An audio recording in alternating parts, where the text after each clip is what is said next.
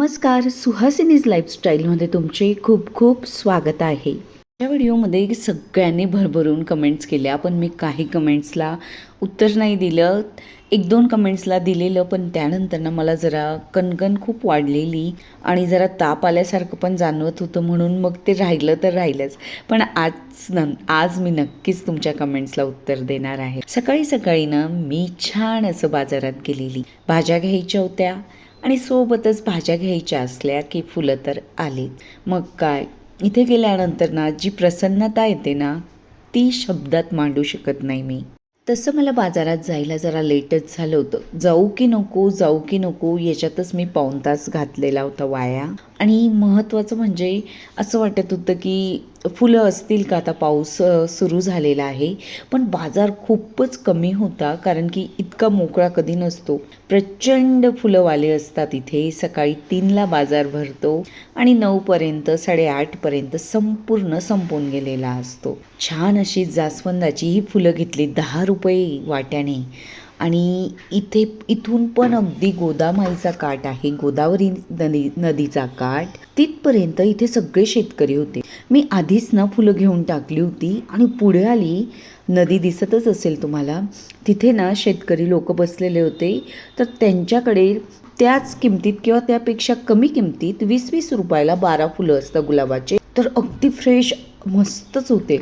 मग पुढे परत मी भाज्या घेण्यासाठी आलेली. घरी आली, फुलं आधी मी डब्यांमध्ये पॅक करून ठेवून दिली की जेणेकरून म्हणजे खराब होऊ नये लवकर, कारण की थोडी हीट पण वाढलेली आहे आता. मी मक्याचे कणीसही आणलेले होते, सोबत भाज्याही तुम्हाला थोड्या थोड्या मी असं शेअर केलेल्या.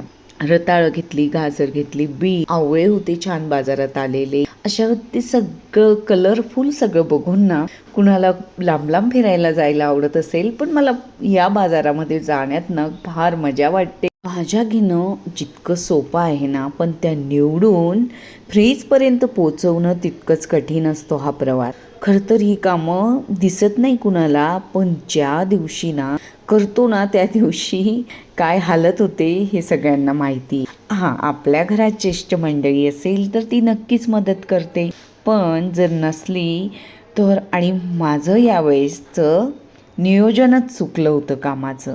आदल्या दिवशी माझं नियोजन इतकं भारी झालेलं की 9:30 वाजेपर्यंत 3 भाज्या, नाश्ता, पोळ्या सगळं झालं होतं आणि 12 वाजेपर्यंत संपूर्ण कामं. पण आज मी सकाळी वेळ वाया घातलेला होता. पाऊण तास जाऊ की नको याच्यात 1 तास मोबाईल बघणे. मग यामध्ये माझं सगळा वेळ इकडे तिकडे झाला आणि सगळ्या दिवसाचं नियोजन फिसकटलं होतं असं म्हटलं तरी चालेल. आणि नियोजन फिसकटल्यावर काय फजिती होते ना, या व्हिडिओतून तुम्हाला सांगते. सकाळी सकाळी ना एकदम जोरदार उत्साह होता कामात, पण अचानक मी इंस्टाग्रामवरती गेलेली. आणि मग काय, इंस्टाग्रामवरती गेल्यावर भल्या भल्यांचं काही चालत नाही.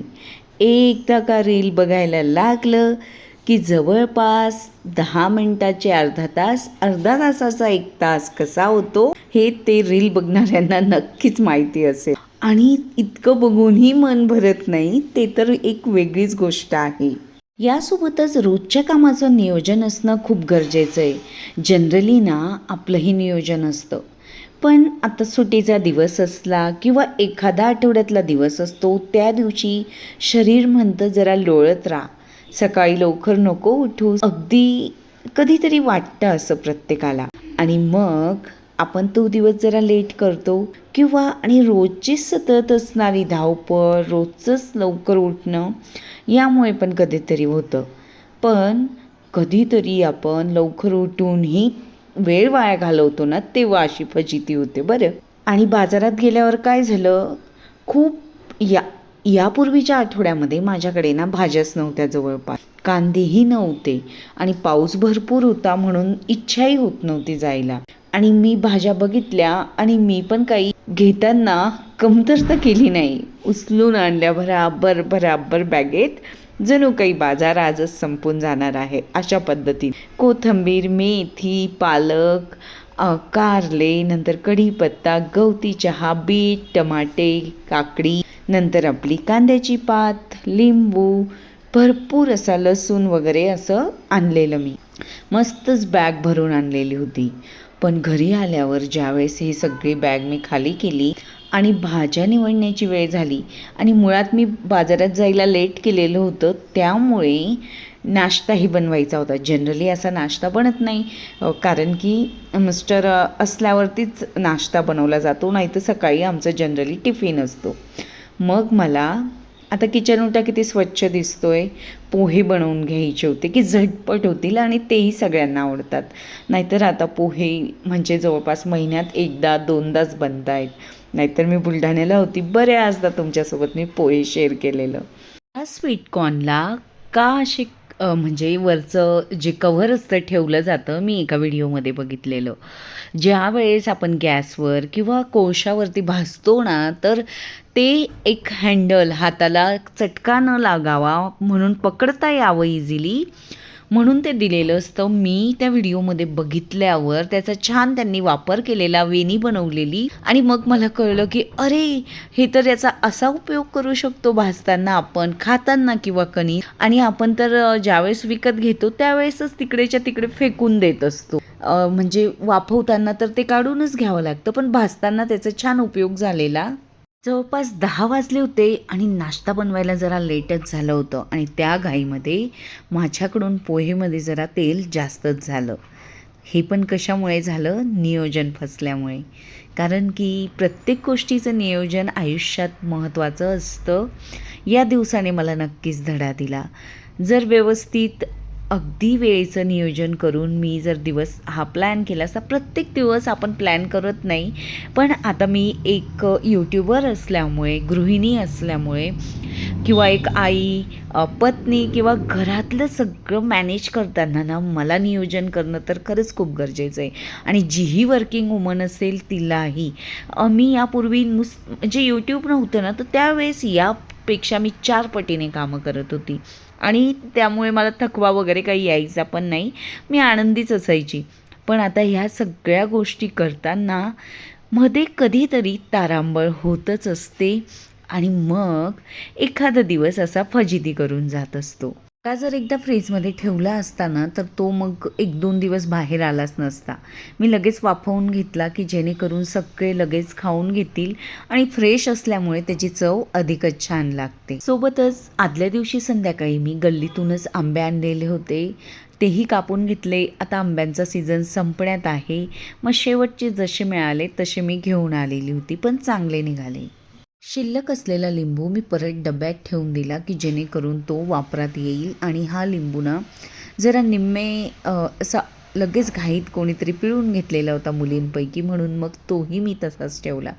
पण डब्यात काही जाईना, मग 4 फोडी केल्या तर अगदी व्यवस्थित त्यात बसला. हा टपरवेअरचा छोटासा डबा आहे, तर त्याच्यामध्ये छान बसला. चहा पावडर सकाळीच मी फोडलेली होती, तर तीही भरून घेतली.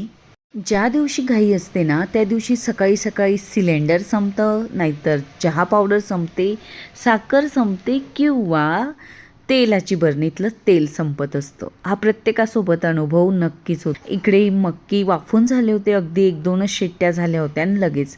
मग मला नंतर वाटलं, अरे यात आपण जर बटाटे टाकून दिले असते, कारण की मला दुपारून डोसा बनवायचा होता आणि त्यासोबत डोस्यासोबत भाजी बनवायची होती, तर एकाच कुकरमध्ये छान शिट्ट्या झाल्या असत्या. पाणी गरम असल्यामुळे कुकरमधलं बटाटे तर छान वाफले पटकन एकाच शिट्टीमध्ये, पण त्या पाण्याला मक्याचा जरा वास लागलेला होता, तर भाजी खाताना मला जाणवलेलं की मक्यासारखं थोडी टेस्ट आलेली आहे. नंतर मग हे काय, भाज्यांचा जो डोंगर होता तो आता पूर्ण पालथा घालायचा होता, कारण की फळभाज्याही मी बऱ्यापैकी आणलेल्या होत्या, पण एकसाथ कधी आपण इतक्या भाज्या आणत नाही. जर आणल्या तर त्याचा प्रेशर नक्कीच येत असतो.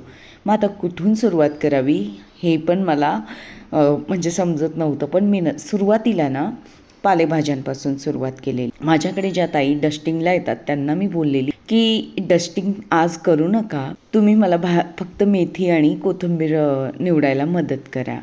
पण काय, आता आपला स्वभाव असा, त्यांचं माझं काही भाज्या निवडतानाचं गणित जमलं नाही. मग गणित चुकल्यावरती मग मी सांगितलं राहू द्या, मी निवडून घेणार. पहिल्यांदाच मी इतकं आलं आणलेलं होतं. यापूर्वी मी कधीही 1/2 किलो आलं घेतलेलं नाही. फक्त कधीतरी मी पेस्ट बनवली असेल लसूण आल्याची, त्यावेळेस दरवेळेस मी फक्त 10 रुपयाचं आलं आणि ते जास्तीत जास्त 15 रुपयाचं असं वाट्यामधलं. पण माझ्या एका मैत्रिणीने सांगितलं, माझ्या शेजारीच बिल्डिंगच्या राहते, माझी बालपणीची मैत्रीण आहे, आलं लसूण आणि कोथिंबिरीची पेस्ट बनवायची. तिचं सासर सोलापूरचं आहे, तिकडे तसं बनवतात आणि ती भरपूर दिवस आपलं आलं लसूण पेस्ट राहते, पण कोथिंबीर टाकल्याने अजून चव येते आणि थोडंसं तेल आणि मीठ आपण प्रिझर्वेटिव्ह म्हणून टाकतच असतो. तर मग मला ही पेस्ट बनवून घ्यायची होती, म्हणून मग मी आलं जास्त आणलेलं. आणि आता पावसाळा पण सुरू झाला आहे, मग चहामध्ये आलं लागणारच आणि एकदा का पाऊस सुरू झाला परत बाहेर जाणं अशक्य होईल. फळभाज्या भरण्यासाठी आणि मिरची वगैरे निवडण्यासाठी मला जरा तनिष्काने बऱ्यापैकी मदत केलेली. नंतर मी डोसा बनवण्यासाठी आलेली. मुलींनाही भूक लागलेली होती, दुपार झालेली होती, पण माझं आज काय झालेलं काय माहिती, सुरुवातीला डोसा काही प्रॉपर बनतच नव्हता. जरा असा म्हणजे दरवेळेस जसा पातळ कुरकुरीत होतो ना तसा होत नव्हता आणि शिल्लक असलेलं पीठ दुसऱ्या दिवशी वापरलं आणि त्याचे डोसे बनवले ना, ते फारच छान बनत होते, अगदी मस्त कुरकुरीत. याचंही कुठेतरी घाईमध्ये असं नियोजन चुकलेलं होतं. हा दुसऱ्या दिवशी बनवलेला हा एकदम प्रॉपर डोसा तयार झाले आणि जेवण म्हणजे झालं सगळ्यांचं, माझं बाकीच होतं. तेवढ्यात फोन आला की आमच्याकडे पाहुणे येत आहेत. मग काही विचारायलाच नको, मला सकाळपासून सगळं आठवायला लागलं, आदल्या दिवसाच्या रात्रीपासून, की अरे आपल्याकडे ज्यावेळेस वेळ होता त्यावेळेस मी टाईमपास केलेला, त्यावेळेसच घर प्रॉपर रोज जसं आवरतो तसं आवरलं असतं तर आता घाई झाली नसती. आणि मग इतकी धावपळ, एका तासामध्ये मला गॅस ओटा, भांडी, नंतर बेडरूममधली सगळ्या बेडशीट चेंज करणं, प्रॉपर वस्तू जिथल्या तिथे जागेवर ठेवणं. आणि त्यातल्या त्यात असं झालेलं की आमच्या बिल्डिंगमध्ये ना कुणाच्या तरी गॅलरीतून किंवा कुठून तरी काहीतरी वस्तू जोरात खाली पडलेली आणि मला असं वाटलं की मी ज्या बाजूने झाडे ठेवलेली होती अशी सरळ, हवेचा खूप जोर वाढलेला होता. या 3-4 दिवसामध्ये प्रचंड हवा येत होती आणि उंचावरती घरं असल्यामुळे इतकी हवा येते की दरवाजे खटाखट लागतात जर गॅलरीचे डोअर्स ओपन राहिले तर. मग मला वाटलं माझंच झाड पडलं की काय. मी तर खूप घाबरली होती, कारण तुम्ही पुण्याचा इन्सिडंट म्हणजे वाचला असेल, बघितला असेल की सिरॅमिकची कुंडी एका लहान मुलाच्या डोक्यात वरून पडली खाली. तो मुलगा खेळत होते सगळे मुलं आणि तो वारलेला. तर मग मी तर ना म्हणजे आधीच विचार करून ठेवलेला होता, अगदी लाईट वेटेड, ज्याच्यामध्ये ना म्हणजे अगदी कमी माती आणि छोटी छोटी झाडंच मी वरच्या बाजूने ठेवली होती. तरी पण मग मी परत ते सगळे स्टँड जागेवरती ठेवले की जेणेकरून गॅलरीच्या काठापासून दूर ठेवले. या सगळ्यात माझी एवढी दमछाक झाली. म्हणून ना प्रत्येक गोष्टीचं नियोजन असावं असं मला वाटलं. खूप घाई असल्यामुळे मी ना सोफ्याचं कवर चेंज न करता फक्त वरून टाकून दिलेलं. पण मी आता व्हिडिओ एडिटिंग करताना लक्षात आलेलं की मी वरून कवर टाकलं, पण जे बॅक साईडला कवर होतं ते मी काढलंच नाही. आणि मला असं माझं हसू आलं की घाईमध्ये असं पण होत असतं. खरं तर म्हणजे विद्यार्थी दशेत असू द्या, आपण मोठे झाल्यावर असू द्या, प्रत्येक वेळेस टाईम मॅनेजमेंट करणं खूप गरजेचं आहे. कारण की वेळेवर सगळ्या गोष्टी होण्यासाठी वेळेचं नियोजन हे किती गरजेचं आहे ना, हे आपल्याला ज्यावेळेस धावपळ होते ना त्यावेळेस. आणि धावपळ झाल्यावर आपण ती कामं करत असतो, पण जी एक वेगळीच दमछाक होते ना, त्यानंतर आलेला थकवा हा खूप वेगळा असतो. आणि तीच कामं अगदी रिलॅक्स पद्धतीने, योग्य पद्धतीने, वेळच्या वेळी केली ना, तर त्यावेळेस आपल्याला तितका थकवा येत नसतो. यामुळे ना म्हणून नियोजन महत्त्वाचं. दुसरी गोष्ट, माझं पॅन्ट्री युनिटमध्ये मी तर ऑर्गनाईज केलेलं होतं, पण काही ना काही बारीक सारीक वस्तू अशा तिथे ठेवल्या जातात. आणि आलेली पाहुणे यूट्यूबमुळे ना नक्कीच माझे पॅन्ट्री युनिट्स, कपाटं, ट्रॉल्या बघत असतात. आणि मला कधी आवरलेलं असतं ना त्यावेळेस काही प्रेशर येत नाही, किंवा आवरलेल्या असल्यावरती पण मला आता थोडंसं वाटायला लागतं, अरे म्हणजे काही राहिलं तर नाही ना. तसं प्रेशर घ्यायला नको मी, पण काय माहिती यूट्यूबच्या व्हिडिओमध्ये कसं असतं त्यावेळेस ना अगदी आपण म्हणजे असं एक ती सिरियलसारखी असते. त्यावेळेस ते सगळं व्यवस्थित परफेक्ट असतं. पण ज्या 24 तास आपण आपलं घर अगदी परफेक्ट नाही ठेवू शकत. कारण की घर हे काही हॉटेल नाही आहे. मग ते म्हणजे कधीतरी लहान मुलं असताना मोठीही अस्ताव्यस्त होतच असतात वस्तू. मग त्यामुळे ना मग सगळ्यांना असं वाटतं अरे व्हिडिओमध्ये तर एवढं छान दिसत होतं आणि आता मग हे इथं पडलेलं आहे. मग त्यामुळे मला अधिक प्रेशर येतो. मग पटापट मी ज्याही अशा बारीक सारीक वस्तू होत्या ठेवलेल्या त्या पटापट बरण्यांमध्ये टाकून घेतल्या. त्यामुळे एक चांगलं झालं, जे छोटे छोटे काही शिल्लक असतं ते भांड्यांमध्ये भरून ठेवतो आणि बरण्यांमध्ये भरायचा कंटाळा करतो. तर त्या पाहुणे आल्यामुळे ते सगळं मी पटकन आवरलेलं. पॅन्ट्री युनिट स्वच्छच होतं त्यामुळे काही प्रॉब्लेम आला नाही. मग माझा मोर्चा वळवला मी बेडरूमकडे. बेडशीट्सना मी आता पावसाळा असल्यामुळे अगदी जुन्यातल्या जुन्या काढलेल्या आहेत आणि डार्क कलर काढलेले आहेत आणि लाईट वेटेड की जेणेकरून त्या अगदी म्हणजे पाऊस पडला तरी वाळून जातील. मग परत मी लाईट कलरच्या बेडशीट्स टाकायला घेतल्या. कारण की ना फर्निचर डार्क असतं ना तर त्यावेळेस लाईट कलर वापरले तर तो रूम उठून आणि खुलून दिसत असतो. पण जर डार्क कलरचं फर्निचर आहे आणि डार्क कलर बेडशीट वापरली तर जास्त अंधार येतो घरामध्ये आणि रूम पण छोटा वाटायला लागतो. हा मी घेतलेला अनुभव आहे. नंतर ह्या रूममध्येही मी डार्कच टाकलेली होती बेडशीट्स. मग इकडे मी व्हाईट करून घेतली. जाऊ द्या, पाहुणे आले, शेवट खूप छान झाला, मला आनंद देऊन गेला. कारण की पाहुणे माझ्या माहेरचे होते, माझे भाऊ वहिनी होते, माझ्या काकांचा मुलगा आणि वहिनीन ते आलेले.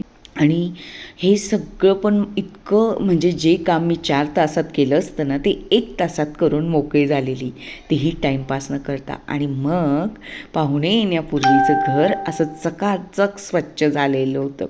फुलं आणलेलीच होती, आणायचे, देवपूजाही करून घेतलेली अगदी साधीसुधी झटपट. आणि माझ्या कृष्णकमळला इतकी फुलं आलेली आहेत ना, खूप खूप फुलं आलेली आहेत. जवळपास कालच 4 फुलं आलेली होती. पाहुणे वगैरे केले. मग संध्याकाळचे मी परत भांडी वगैरे रचायला घेतले. पॅन्ट्री युनिट्स आवरण्यासाठी मी केलेली एवढी धडपड, पण पॅन्ट्री युनिट्स कोणी बघितलं नाही, बरंच आलेलं.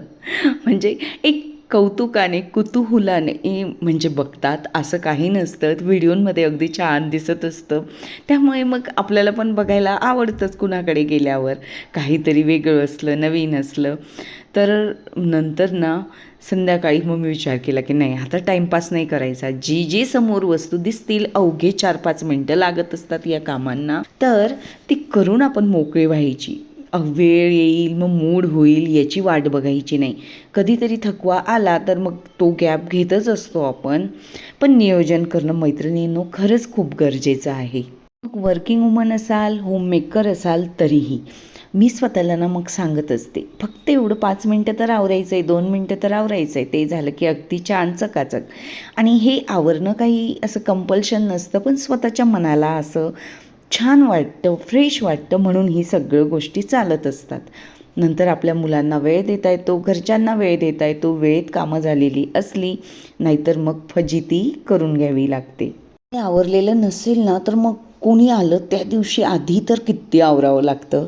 ज्यावेळेस माझं म्हणजे आधीही आवरलेलंच असायचं, पण ज्यावेळेस माझ्याकडे माझ्या सासूबाई यायच्या ना त्याच्या आदल्या दिवसाचे 2 दिवस विचारूच नका. मी रात्री 2-2पर्यंत अगदी कोपरे कोपरे स्वच्छ करायची. माझ्या सासूबाईंनाही खूप स्वच्छ असं घर आवडायचं. अगदी त्यांची पितळी तांब्याची भांडीही खूप स्वच्छ असायची, अगदी म्हणजे एवढं वय झालं होतं तरी. मग त्यामुळे सगळंच असं म्हणजे मला असं वाटायचं नाही छान दिसावं. त्या कधी मला म्हणायच्या नाही, पण माझ्याच मनाला असं वाटायचं की त्या इतकं स्वच्छ ठेवतात, आपणही नक्की प्रयत्न केला पाहिजे. मग संध्याकाळी ना माझ्याकडे थोडासा एक डबा खाली केलेला होता, त्याच्यात पाऊण वाटी रवा होता. मी ना इंस्टाग्रामच्या रीलवरती आपलं रव्याचा खडा शिरा असतो ना, तो गुरुद्वारामध्ये मिळतो तसा बघितलेला होता. आणि त्यामध्ये मी काही दूध टाकलेलं बघितलेलं नव्हतं आणि नेमकं माझ्याकडे तूप नव्हतं, म्हणून मी तेलाचाच वापर केले आणि गुळाचा. तर गरम पाणी करायला ठेवलेलं, पण तो शिरा पण माझा काही प्रॉपर चांगला झाला नव्हता, फसलाच. हा सगळा फसणारा दिवस मला आनंदही पण करून गेला. शेवटी छान वाटलेलं, फ्रेश वाटलेलं. आपल्या आप्तजनांना भेटून एक वेगळीच एनर्जी येते आणि ज्यावेळेस तेही यूट्यूबमुळे असू द्या, मला थोडी का होईना स्वतःची ओळख मिळालेली आहे मैत्रिणींनो तुमच्यामुळे. मागच्या आठवड्यात आपले 20,000 सबस्क्रायबर कंप्लीट झालेले, त्यासाठी तुमचे मनापासून आभार आणि धन्यवाद. सपोर्ट, तुमचं प्रेम मला खरंच खूप गरजेचं असतं, कारण की ते मला प्रेरणा देऊन जातं. तुमचं व्हिडिओला लाईक करणं, हाईप करणं, चॅनलला सबस्क्राईब करणं आणि प्रत्येक व्हिडिओमध्ये कमेंट्स करणं, कारण की तुम्ही माझ्यासाठी वेळ काढत असतात कमेंट्स करायला, त्यासाठीही मी तुमचे सगळ्यांचे आभारी आहे. मी नावासकट सगळ्यांना. कमेंट्स मला नेहमीच प्रेरणा देत असतात, व्हिडिओ बनवण्यासाठी आठवण करून देत असतात की माझी जबाबदारी आहे. तुमचे प्रेम आणि आशीर्वाद असेच असू द्या. चला परत भेटूया नवीन व्हिडिओसोबत, नवीन काहीतरी घेऊन. Bye bye.